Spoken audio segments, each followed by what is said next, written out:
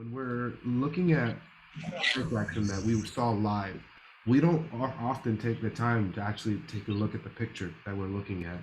Okay. Okay. Yeah, that's true. You know, we get all caught up in we're in the New York Open hill zone. There's a trade in here, but like if we just took a second to do this, mark up these things here.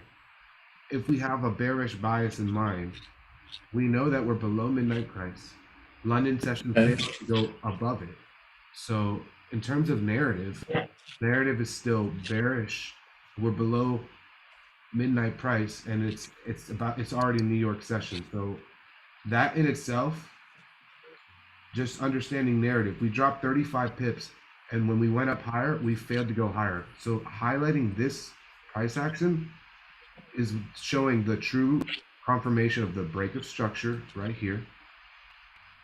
Right? This is the confirmation of the break of structure, right? Because this manufactured relative equal lows to Asia, right? They pull up, narrative still bearish here, right? Trade into an order block. Then they come down and break structure here, running that liquidity. So let's put the liquidity on the chart here, right? So they ran that liquidity right there. These relative equal lows, right? And we're just gonna run through narrative. That's all we're gonna do. This will be a real short little review on today's price action.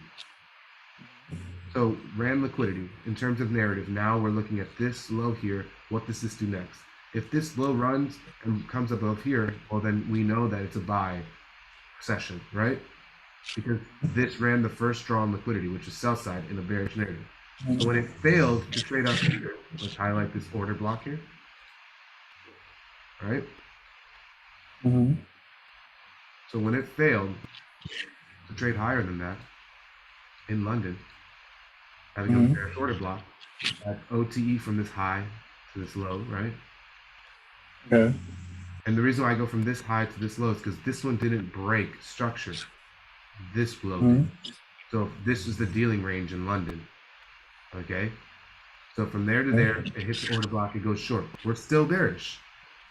The moment that this happens and we come up higher and we trade into this fair value gap where this last bullish move was, that creates a mitigation market, a fair value gap running into also an order block here. This is a bunch of nested arrays here. It gets sloppy because why? It's the end of London. But right, check this out. Right before New York opens, look, this push down. We're still in a bearish narrative, and now we have relative equal lows, and it's low resistance because this is now making a higher low in a bearish market. So now this is a low resistance, potential low resistance liquidity run potential here. And what do we have now? In a bearish narrative, we have another completed price leg, right? We have another completed price leg here, and it offers OTE inside of this price leg. Boom. Before our session. So we're already seeing it in a bearish narrative. Okay, so let's take this off the chart. Now, finally, we get into New York session. The first thing it does is it wants to retrace because it's in a discount of the range for the beginning of the hour. But this is where people get caught up. This is a market structure shift, right? They run these highs, and now it looks like the next opportunity to come here would be OTE, right? Look. So now everybody thinks the narrative has changed, but this is a market structure shift. This is not a confirmed break of structure. The trend is still reading bearish. The narrative is still bearish to this point. We just ran low resistance liquidity. So what is anticipated? We want to see a run above a short-term high. Let's put it on the screen. Here's the signature that was in play there. Signature in play. Okay, we have a run on short-term high. That's right here. Run on the short-term high. And then next thing we have is into bearish order block with fair value gap. Right? Next, what happened after that?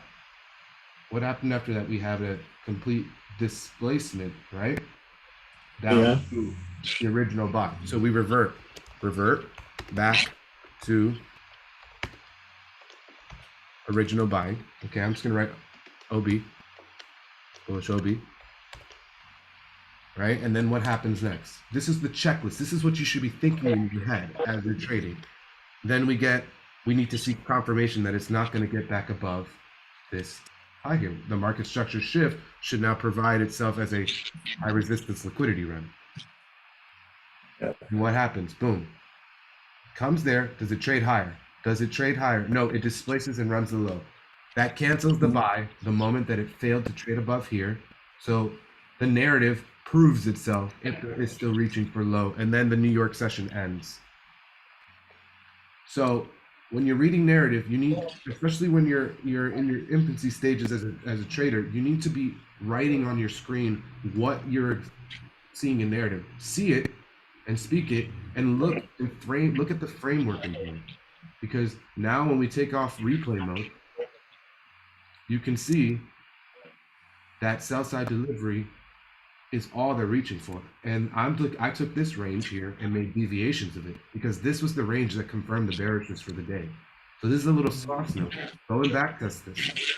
Take the range of what broke structure for the day to confirm the direction and use that as a projection deviation.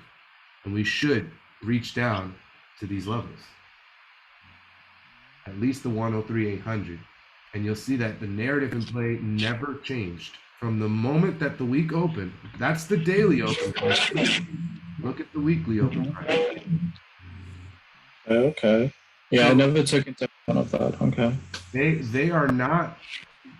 They're not doing anything to the buy side right now. If anybody's thinking bullish, they need to let Monday give the data that it wants to create low of the week.